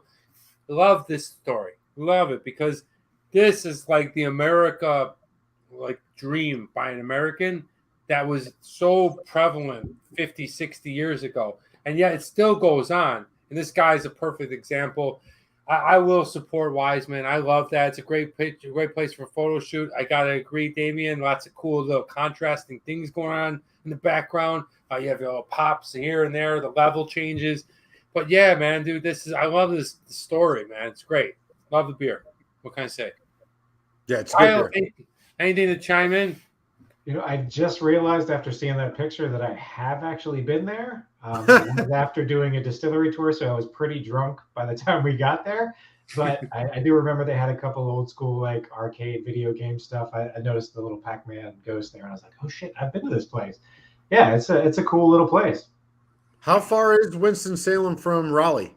About hour and 25 minutes, maybe. Oh, that's it? Is that more not far. in the mountains? Is that the Yeah, Appalachian? right where you start getting into the mountains. Okay. I can't remember if I've been there or not. Not the Wiseman, but the Winston-Salem. I think I went to the cigarette factory. Is there a cigarette factory there? Well, Winston cigarettes and Salem cigarettes? I'm sure there is. Yeah, I think that. Remember Winston's, dude? Do they make those anymore? Sure. Yeah. Do they? Yeah. I think it's R.J. Reynolds. Or is that Camel? That's Camel. And Salem was the menthol version of the Winston. I want to say back in your M&M days, you used to smoke Crush. Your M&M days. I know. I smoked Marlboro menthol lights, and I used to chew a fucking stick of Winterfresh when I smoked it. Worst combination of somebody's breath. Cigarettes and somebody else's gum. Anyway, moving on, guys. Thank you, Nate. That brewery tour was awesome. I'm inspired by their story. This is what we're drinking if you're just hopping on. From Winston-Salem, North Carolina. It's called from Wiseman Brewing. His Body Electric, and it is brought to us by this man below us. That is Kyle, who is our friend from college. I'm really enjoying this episode. It's very fun to have friends from the past come on here, drink beers with us. This is what this sucker looks like. Look at this thing. Oh, yeah. It's a nice looking beer. Almost like that juice puree. The nectar, agave. Yeah. Decent beer. Liking what I smell it, liking what I taste. Let's go on with everyone's favorite part of the show. I hope that you guys are ready. Please put your hands together for a little What Would You Rather. Kyle, are you ready? Yeah, I'm ready. All right, what would you rather? Okay, you can let me know in the comments, or you can tell me right now. Please let me know what would you rather. There is no right, there is no wrong. Just let me know what you feel on impulse. Juice Bomb says Dave's TV. Absolutely, that's what it takes. Like Dave's TV, we got to get you on this show and bring you in here. Thanks for stopping by. It's so nice to have you on here. But here we go. What would you rather? The first one comes to us. They're all North Carolina based. And here comes the first one. It is called the Biltmore. Boom. It's in Asheville. All right, look at that beautiful castle. Look at the greenery in there. And then you got the mountains. What an epic scenery. What a place for a puzzle. All right, take a look at the inside. It's like my friend, Scam Likely. All right. So look at that place. That is, it's got florals going on in there. It's got a huge ceiling going on. But you can see the grounds a little bit in the left. Like it has this huge courtyard thing. The front of the building you can kind of see in there. Really beautiful looking place. That place is a castle. Look at that. Oh my gosh. It looks like it belongs in Europe somewhere. Look at that beautiful thing with all that Gothic kind of triangle posts there. You have some curvature going back into the different area. And then you have, like on the bottom part, you can see all the different pieces of architecture with the windows and the archways and stuff. Each one of these bring in a little different area. But the scenery, the backdrop, the Biltmore is a hotel. So you can go ahead and stay there if you want. Or would you rather go to the Outer Banks? Ooh, set night to music. All right, bring your honey bunny. Okay, there's Kyle and Jess. All right, smooching it up on the beach. All right, you can really look at that thing. Thing is about North Carolina beaches, look at that. Beautiful, long stretch of sand, and you hit the water. I really prefer the East Coast beaches. Do we have one more picture, Nate? Take a look at this. They go on for a very long time, but the stretch of from water to sand is very large, as you can see there. Then you have a grass, then you have house. And the thing I like about the East Coast beaches is, well, you don't have a lot of crazy riffraff going on all the time. Like the West Coast beaches, you got some characters out there, whether it's gangs or people that haven't found their home just yet. They're all over the place in LA. So the beaches are a little bit stressful in that area. This one provides a huge amount of sand.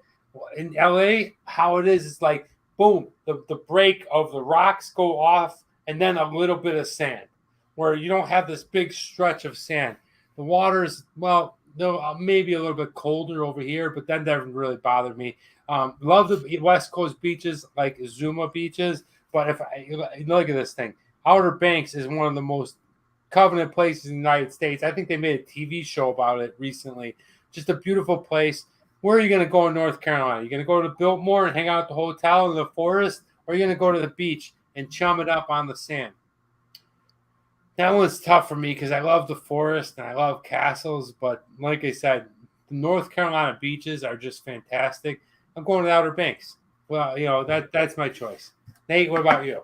Yeah, it's a tough one. It's a tough one to decide on. I've been to neither of these places, so it's not like I'm going to use that as a deciding factor. There's something about going out to the Biltmore, though, and going to Asheville in the mountain region. It's really mountains versus beach for me. And I don't know. I think I would enjoy going to the Biltmore more at this point because I feel like it's more of a spectacle, whereas the beach is the beach. And I can go to Myrtle Head. I can go to Myrtle Beach and Hilton Head.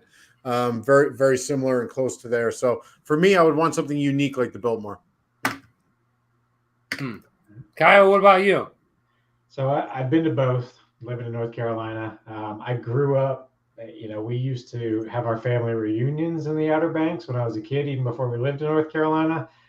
I'm more of a mountain guy. I love, the Asheville area. There's so many great breweries out there. The Biltmore is beautiful. It's awesome. Going either in the winter when they have all the Christmas stuff up, which is really cool. You go in the summer when they've got all the freaking flowers and everything. I got to go Biltmore in the mountains. Yeah. Well, look, I'm more of a forest and mountain guy myself over the beach, but Martin says here, spend some time next to Kitty Hawk, super relaxing. And that's what I'm looking for. It's like a relaxing sit. You know when you're out at the beach like all day, and then you go home and you get like an hour and a half to rest before you go out to dinner, and then you go and have that seafood dinner, and you're still sunburned. I love that feeling. But anyway, moving on to the second one, guys. Now we're talking fast food. Right up my alley. These are two places. One of them I've already did, but one of them started in North Carolina. I've already did one. I hope to do the second one. I'm talking about the first one is coming from North Carolina. Fried chicken, Bojangles. All right. Crispy fried chicken, Louisiana style. You got the hot sauce right there. One thing I love about Bojangles, I love their breakfast. They do this like raisin biscuit scone. Haven't had it in years, but I would eat it all the time when we played baseball. Or we're going with the second one, and I did a video on them. We're going with Krispy Kreme. Okay, There you go. There's your basic. That water's in that is your basic glazed donut right there. But they have so much more to offer. This one's a no-brainer for me. Fried chicken or donuts. I'm going donuts every time. I like fried chicken, but come on, you can't beat donuts. All right, go ahead, Nate. I'm going fried chicken. Not a huge donut fan. Krispy Kreme feels to me like it's so overproduced that it's just not, or over manufactured. It's just not what it used to be 20 years ago, which is just the normal thing for most fast food. But for me, if I had to choose just donuts versus fried chicken, give me the salty versus the sweet fried chicken. Okay. Kyle? Oh man, that's a hard one, man. That's like, Duke versus UNC right there.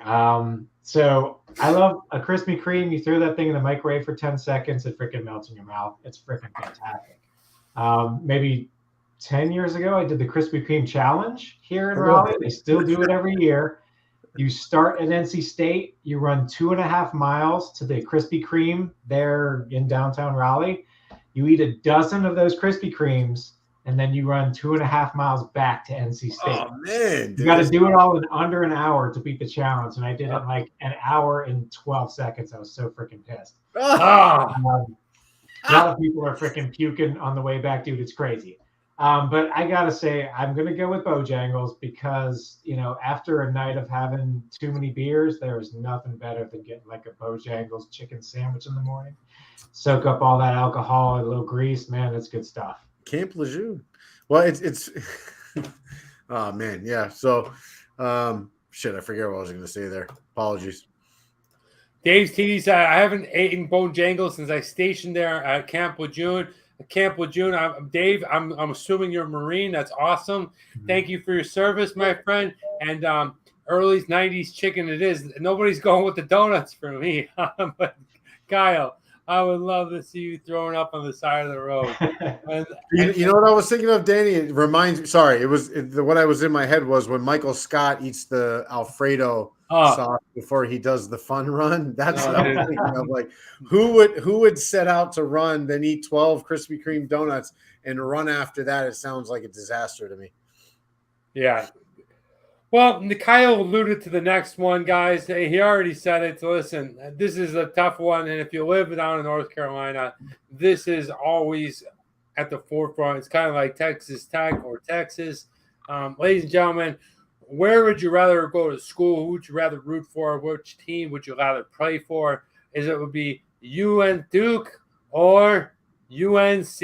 All right. So Duke is in Durham and UNC is in Chapel Hill. All right, so part of the triangle. For me, that's without a question UNC. Now, I like Duke a little bit when they were younger because Christian Laettner was from right around the corner from where I grew up. And, he was a local kid. We all kind of grew up around him. And, but then I kind of leaned towards North Carolina once I got there, and I was close to North Carolina. And my coach, actually, Mike Fox, went there and coached North Carolina for 22 years, where he took one of my other assistant coaches, Scott Forbes, and another player that I played with, Matt McKay, and he took them with him. to be the first base and third base coach. And now currently Scott Forbes is the head coach there. So that's really cool. I love Chapel Hill in general. But so for me, Chapel Hill for sure. Yeah, I'm going to go Chapel Hill. I always hated Duke. Not a big fan of them. I always chose the Tar Heels over Duke. So this is a no-brainer for me. Kyle? Well, I'm going to get shot if I pick either one of those two. My wife graduated from NC State. I went to grad school at NC State. So we can't go with either of them, to be perfectly honest. If I had to in a do or die situation, I'd probably go Duke because I love their campus. It's gorgeous. Wait, so you graduated with your master's degree from NC State? No. I'm a dropout. I'm a grad school dropout from NC State, but I did go there for a year and a half. Grad school dropout. I love it. All right, we're going on with question number 4, guys. Which would you rather? This one is talking about North Carolina natives. Who would you rather support? Which one do you rather follow? And, it's going with the room. Ladies and gentlemen, Mr. Dale Earnhardt. There he is. Number 3. Look at that. Look at that mustache. Look at him just sitting on his car. That's cool as a cucumber. Pretty cool. Or would you rather go with one of the greatest boxers ever, middleweight, lightweight, ladies and gentlemen, Sugar Ray Leonard.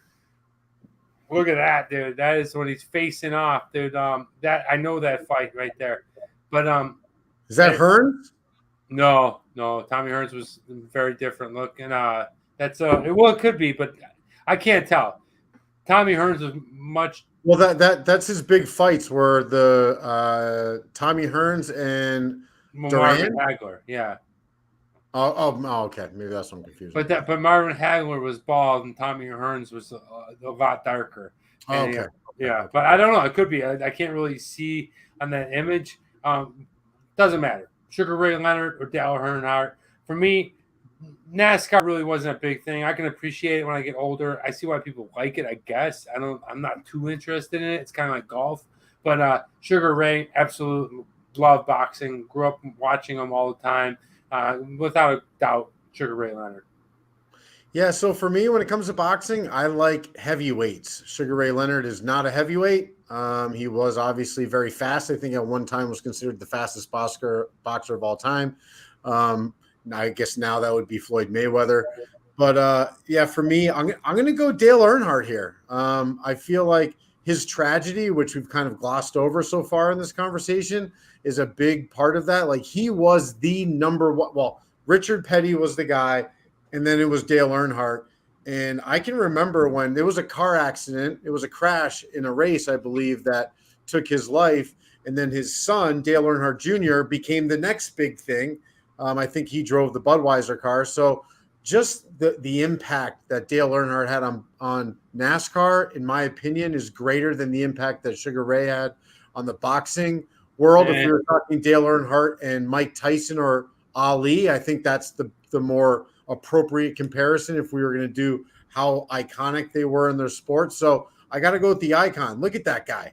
I don't know, man. Sugar Ray had a pretty big impact. He was the first. He absolutely did. He did. Because the thing about Sugar Ray Leonard is all the boxers before him, like Muhammad Ali and all the other guys, they were not well-spoken, articulated people that they could market it. They were boxers that got punched.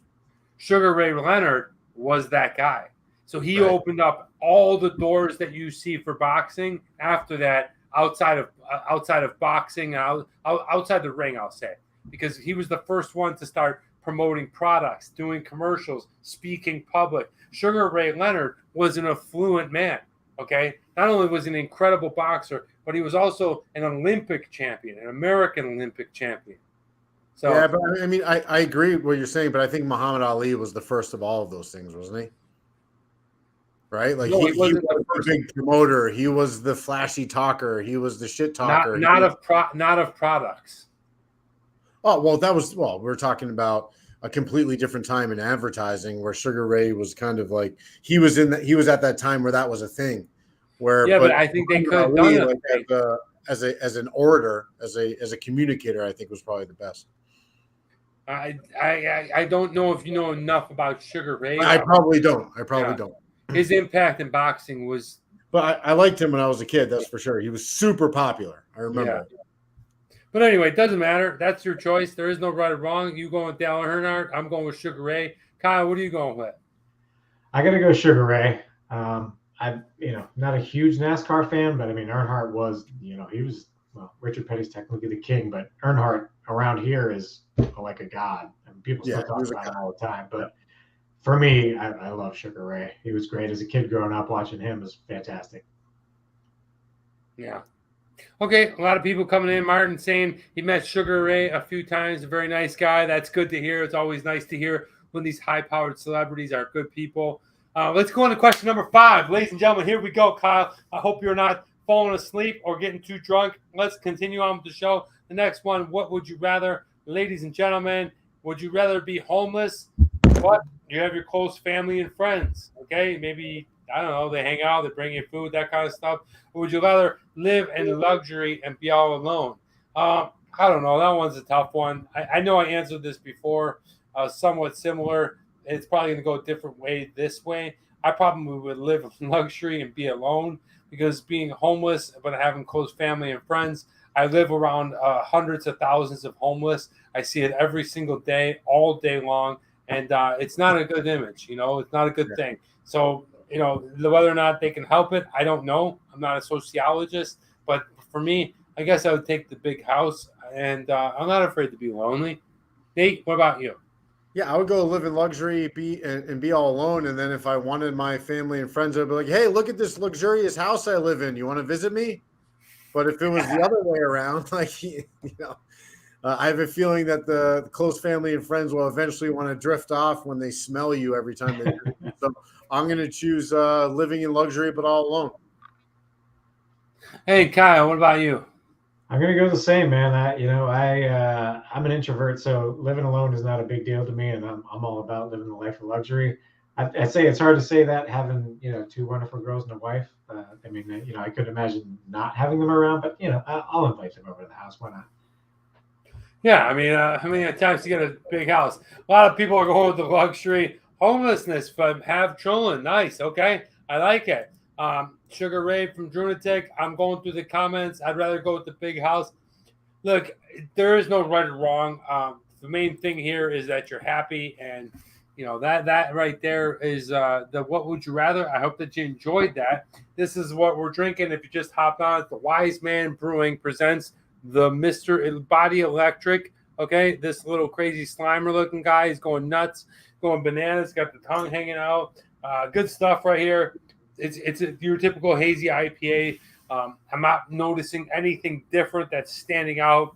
It's got a very fruit-centric grapefruit flavor in it. And let's go ahead, whack it down, and give it a score. Nate, were you ready? Is he back? Is Nate? Happy Saturday. I think Nate is back. I'm not sure. This guest that we have in here is Kyle. He is Kyle Foster, our longtime friend from college. Thank you for hopping on, Kyle. And thank you for sending us these beers, my friend. My pleasure. Hell yeah, they're awesome. Oh, I definitely feel the strength of these guys. Oh, I'm going to take a nap. Definitely take a nap. Nothing wrong with a little nappy nap. All right, let's go with the Body Electric. Taste, I think that, this taste was good. It's your typical West Coast IPA. I feel, right? West Coast IPA, yeah. This is New England IPA. I know I was wrong when I said that. It's your typical New England hazy IPA. It's got the forefront of a grapefruit. It's definitely strong. All right, I'm looking at the poster behind this camera, and it's starting to get a little blurry. I can definitely feel it coming on, so I like that. I like that they add this element. The taste isn't great. It's right on par. It's what it should be. 3.5 for me. Yeah, I'm going to go 3.5 as well. It's a good beer. It's not anything I would be like, oh my God, I got to make sure somebody's sending me a case of Wiseman 4-pack. But if I was there, I would try it from the tap again. So it's a good beer. It's a quality beer. I do like New England style hazies, although I am growing tired of them. So this caught me probably at the right time without being too opinionated on the subject. So 3.5. Nice. Kyle?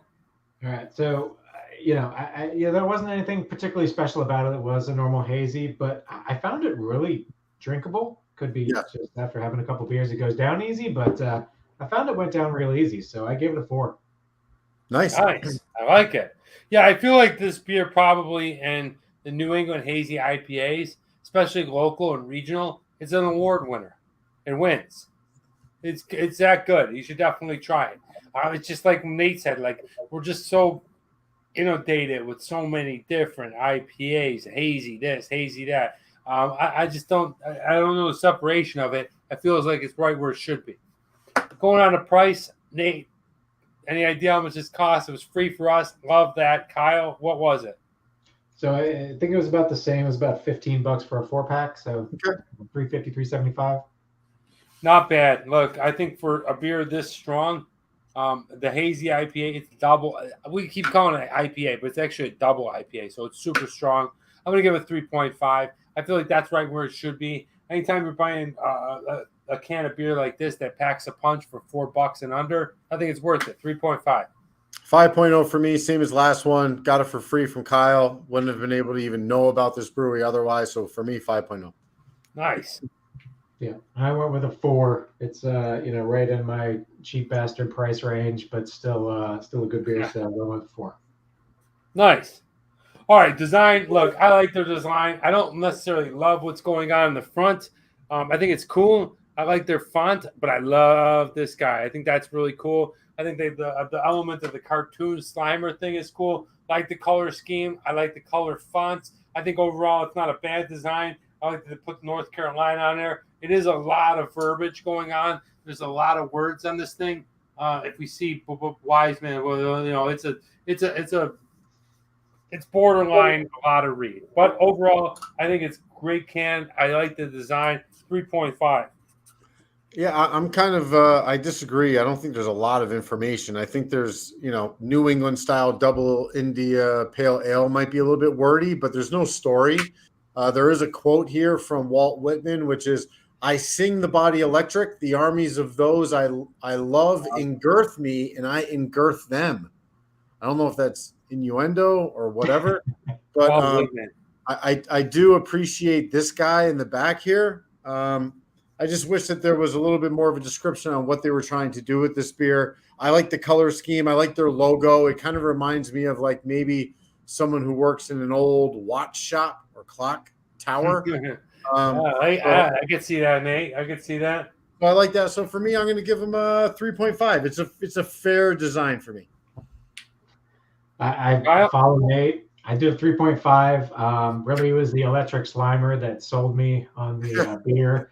But I like when they have like the brewery story on the can or something a little bit more. Like the quote was cool, but a little bit more on the can I think would have been good. Nice. All right, let's go on to the accessibility. This beer is not going to be very accessible. It's going to be hard to find in places like Wyoming. It's not going to be available in other places like Belize, and it's certainly not going to be in Albania. So that's going to strike it a little bit. This is not going to be your typical beer. But I will tell you, the accessibility in North Carolina is probably good. I feel like this brewery does a good job of getting out there. So I'm not going to give them a full strike 2.0. Yeah, is this for? Yeah, I'm going to go 1.5, same as the last one. Now, I do think that this brewery, Kyle, you can correct me if I'm wrong. I think that Wiseman's slightly larger in terms of their distribution than Crank Arm. Crank Arm seems more nano, incredibly independent to me, where Wiseman might be more regional in nature. Yeah, agreed. I gave him a 2.0. Like Wiseman's a little bit more spread out, so you can probably get it in South Carolina, maybe Virginia, a little bit bigger than the Crank Arm that we had earlier. So I gave him a 2. Okay.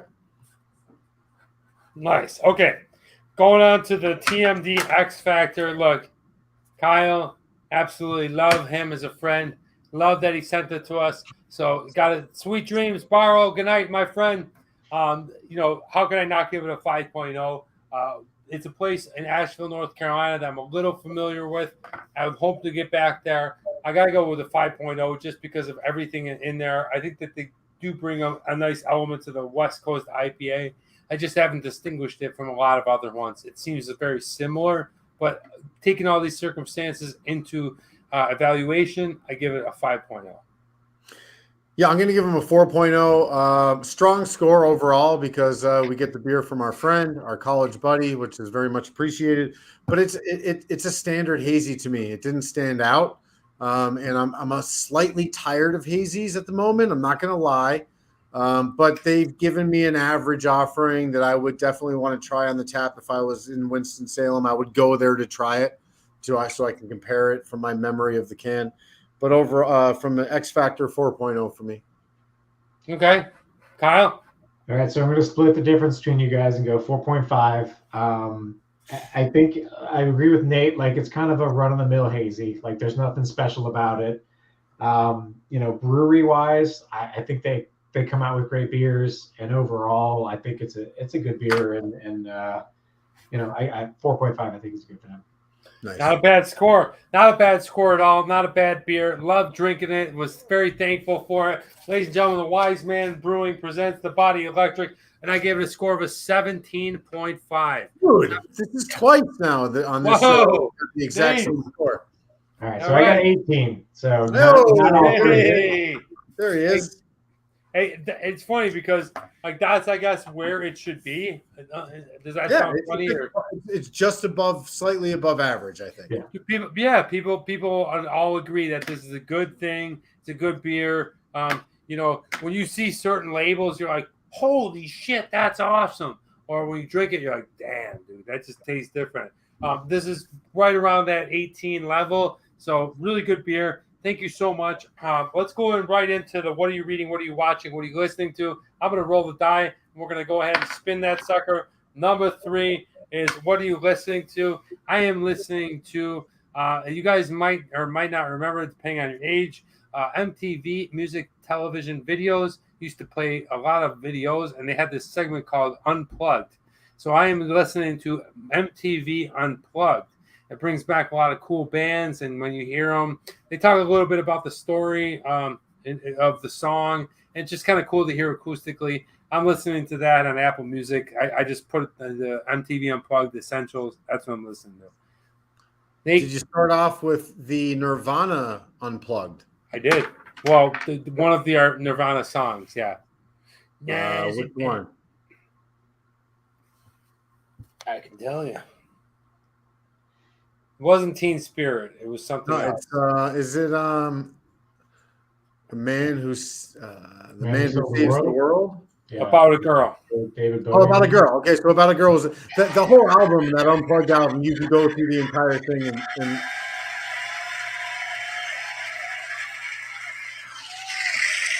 sounds like The Price is Right. Yeah. It does sound like Come on down. Everybody's all right. So I rolled a 2. 2 is what are you watching? So I've got 2 here. If I can throw 2 in the ring. Number 1, you can do anything. You're the host. Is a show called The Bear.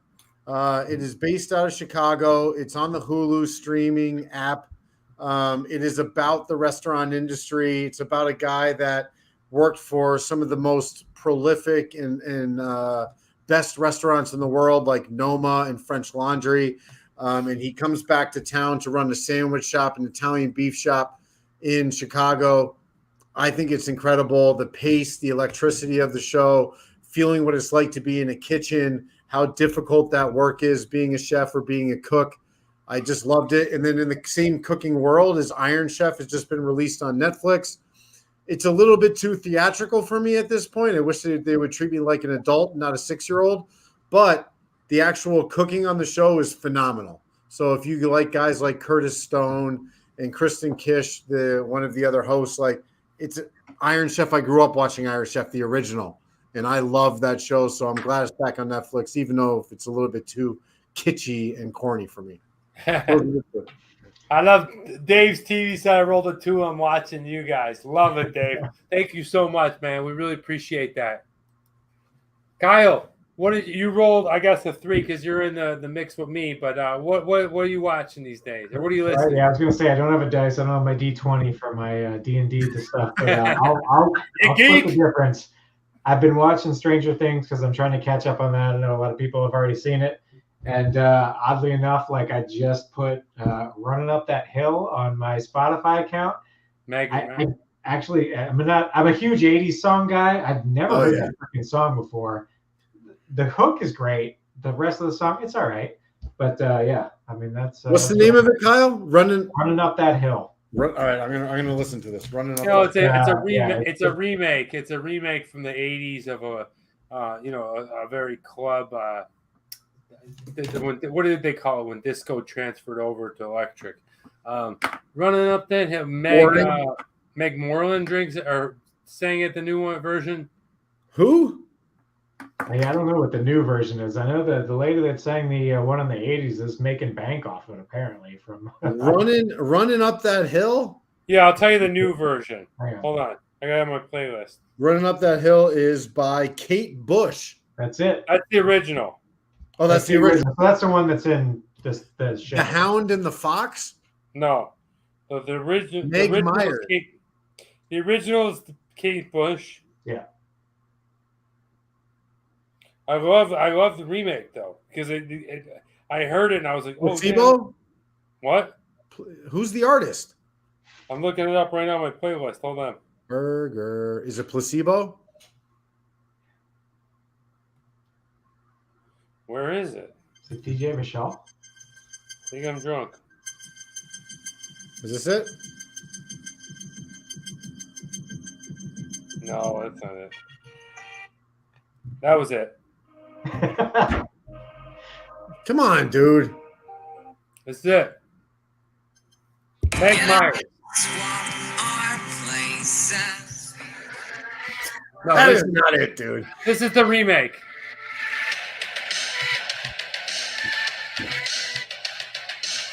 We're not getting monetized anymore, fellas, but that's okay.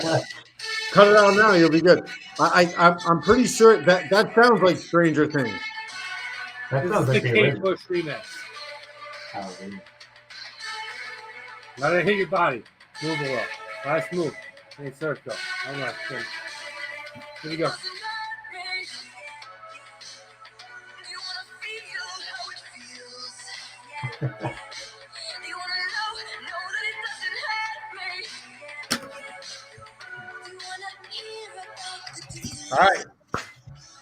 All right, that was it. You'll see me lip syncing one day on national TV. There it is, guys. Look at him. He's ready to get out of here. We're ready to get out of here, but not without showing us the beers. Nate, show us what we did today. Well, Crunchy Bearings and Wise Man from Body Electric. Or Body Electric from Wise Man, Crunchy Bearing from Crank Arm. But most of all, let's highlight our friend right here, Mr. Kyle Foster. Yeah, good to see you guys. Oh, well, wait now. Great seeing you, dude. Yeah, oh, great. Kyle, I think you froze a little bit. Yeah, okay. Sorry. It's all right. Anyway, all good. It's been awesome being on, guys. Appreciate it. Hey, man, we'll do it again. Awesome. I just want to leave you with the quote of the week. And the quote of the week, it comes to us from AJ's house. I was at AJ's house last week, and this is the quote. He had this on a stone. And I love this quote because no matter what you do, obviously, everyone here that follows us weekly knows I'm an actor, artist here, but this can be applied to whatever you're doing in your life, wherever you are. Just apply it and really try to understand it. And here it is, guys. Never give up on something you truly believe in. Follow your heart, and it will lead you to your destiny. I don't know how else to say this. You guys know how I am about this kind of stuff, almost to the point where I'm a little bit corny. But listen, if you really believe in something, if you really believe that you can do it, follow your heart. Don't give up on it. Stay focused. Go after it, no matter what that is. I'm not talking about you trying to be a musician or an actor, whatever that is. Follow that because it will lead you to your destiny one way or the other. One way is you'll find out that that's not for you. Or the other way is, you know what? This is what I need to be doing. This is what I need to keep working on. I absolutely love it. This is my passion. So I hope that you guys take that. I get the point. I'm trying. I love this half trolling. This is not awesome quotes as Dave's TV. This is not something that I go ahead and put up there and say, and all of a sudden, boom, it's like that. All of a sudden, you get your dreams. Have Trolling says, I get the point. I'm trying. I love this right here because that's what I'm talking about. It's hard, man. It's freaking hard to get your dream, especially if you dream big. If you dream really big, and that's what you are trying to acquire, that is not an easy task in life. Life is hard, man. It'll draw you out. It'll make you, tired and whatever. But as long as you're trying, and that's the underlying thing. And I'm glad that you said that. Back to casino. I love it. Absolutely believe I'll get that jackpot. I love it, Martin. That's the positive power of thinking, right? That is the affirmation that you will get it. Don't stop believing, guys. All that kind of good, corny stuff, that really, really starts to set in. Because the opposite of that is some weird, mundane thing that you hang around and you start to believe. Or the really opposite is that you stay negative, okay? There's nothing wrong with being optimistic and going for that law of attraction and putting yourself out there that I'm going to get what I want. I'm going after my dreams. I will follow my destiny. Because the other side of that is that you won't. And why would you want to live that? In despair and despite and sad all the time and angry and bitter. Okay? So I hope that you guys take this quote, maybe take a couple minutes, think about it. Maybe you actually apply it to whatever you're doing. I hope that you found some value. Kyle, you're back. You're not frozen. I'm so happy that you hopped on the show. Dude, I absolutely love you, man. So thank you for bringing me these beers. And Nate, these were awesome. They were freaking awesome. Ooh, we're making out. Ooh, oh, yeah, we're making out. The beers we're making out a little bit. Awesome beers. Do you have anything to say before you take off, Kyle? No, thanks for having me, guys. It was a lot of fun. I appreciate it. Thank you. Thank you. Don't go nowhere. We're going to close out the show. After we close out the show, me, you, and Nate will talk for a few seconds. All right. Nate, as awesome as always, it's a stouter day. Thank you so much, Nate. Great job, everybody. Do you have anything to say in party? No, man. Great show. Thank you to Kyle, and hopefully we can do this again. Next time, Kyle, we will be sending you beer. Awesome. Elbow bump to you, Drunatech. Thank you so much, Kyle. Nate Stouter Day. I'm Travel Man Dan. This is the Weekly Beer Show. Remember, it's a big world out there. Make sure you see every bit of it. Yeah.